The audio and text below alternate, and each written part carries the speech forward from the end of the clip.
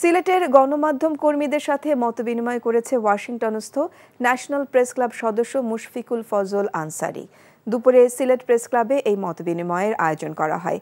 জাতিসংঘ এবং অন্যান্য আন্তর্জাতিক পরিসরে বাংলাদেশের গণতন্ত্র এবং মানবাধিকার বিষয়ে তথ্য উপস্থাপন করে চেপে বসা ফ্যাসিস্ট সরকারের পতনে বিশেষ ভূমিকা রেখে আলোচনায় আসেন মুশফিকুল ফজল আনসারী।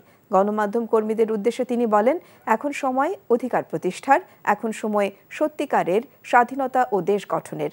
আবেগের বশবর্তী হয়ে এই অমূল্য সুযোগ হাত ছাড়া না করার আহ্বান জানান তিনি। যারা ক্ষমতায় যাবেন এবং আছেন তাদের মানুষের পালসকে বোঝা উচিত যে ক্ষমতার ব্যবহার করলে, খুন করলে, লুট করলে, দুর্বৃত্ত যে কর্পোরেট হাউসগুলো আছে এগুলোদেরকে কাছাকাছি রাখলে, এদেরকে দুর্বৃত্তায়নের সুযোগ করে দিলে আজ হোক কাল হোক মানুষের কাঠগড়ায় দাঁড়াতে হবে এবং নিয়তি আপনাকে স্পর্শ করবেই। এনজিওর কিস্তি প্রথমবার বিকাশ পেমেন্ট করলেই 20 টাকা ইনস্ট্যান্ট ক্যাশব্যাক।